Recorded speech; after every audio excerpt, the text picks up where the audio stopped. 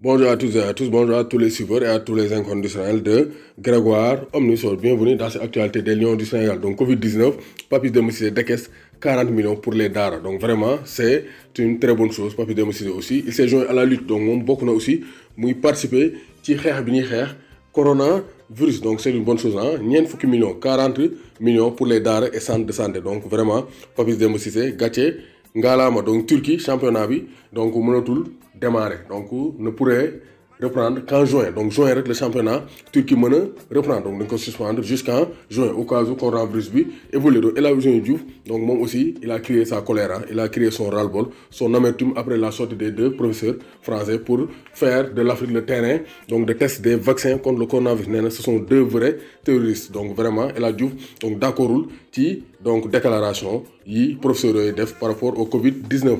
Donc vaccin contre le Covid-19 toujours Demba Ba donc coup de gueule de Demba Ba. Demba Ba aussi nee na européens yi dañoo war a respecter les africains. Afrique du seen terrain de jeu. Afrique waruñoo nekk kobaayu donc européens yi pour le test par rapport au vaccin qui doit prévenir le coronavirus. Donc gis nañu aussi Famara Diédhiou nee na mon heure en Premier League n'est pas encore arrivée. Nee na heure en Premier League donc jotagul bu jotee rek dina dem jouer en Premier League. Donc gis nañu ne aussi donc Gana Gueye nee na matcham face au Real Madrid mooy match bi ko màggaloo. Nee na vraiment match boobu moo tax tout le monde du football découvrir kan mooy Idrissa Gana Gueye te il a été exceptionnel là vraiment dafa toj lekk rek la deful waa Real Madrid surtout Toni Kroos. Donc coronavirus Idrissa Gana Gueye nee na le confinement total n'est pas possible au Sénégal. Nee na vraiment nit ñi toog seen kër bañ a dem liggéey nee na possible Sénégal parce que Sénégal les gens vivent au jour le jour la plupart du temps. Donc Liverpool aussi ñuy commencé mettre seen salaire yi donc au régime partiel donc au chômage partiel,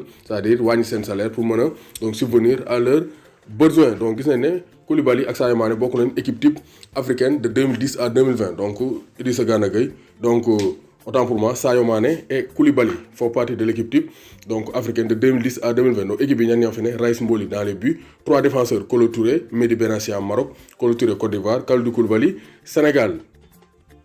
Milieu terrain, on a 4 milieux de terrain, Yaya Touré, John Obi Mikel, Seydou Keita Mali et Riyad Mahrez. Donc en attaque, on a le trio Sadio Mané, Drogba, Mohamed Salah. Donc on a 2 Sénégalais dans l'équipe type africaine de 2010 à 2020. Donc Covid-19, Neymar offrir aussi plus de 500 millions de francs CFA à l'UNICEF. Donc ça aussi, c'est une très bonne chose pour donc, la lutte contre le coronavirus. Cole Leroy, ancien sélectionneur des Lions du Sénégal, Nena, dafa bëgg a organiser 2 matchs de gala en l'honneur de Pape Diouf. Donc loolu moom day fekk corona bi jeex parce que actuellement corona bi mooy dicter sa loi dans le monde entier. Donc Portsmouth Bolton de 2004 Arjan Dezeu le néerlandais raconte le crachat de Diouf. Nee na ba léegi tufli bi ko Diouf tufli ba léegi da koo metti fàttewu ko te vraiment mu ngi koy naxarlu ba léegi doomu Gaynde Njaay warul tiit warul ragal.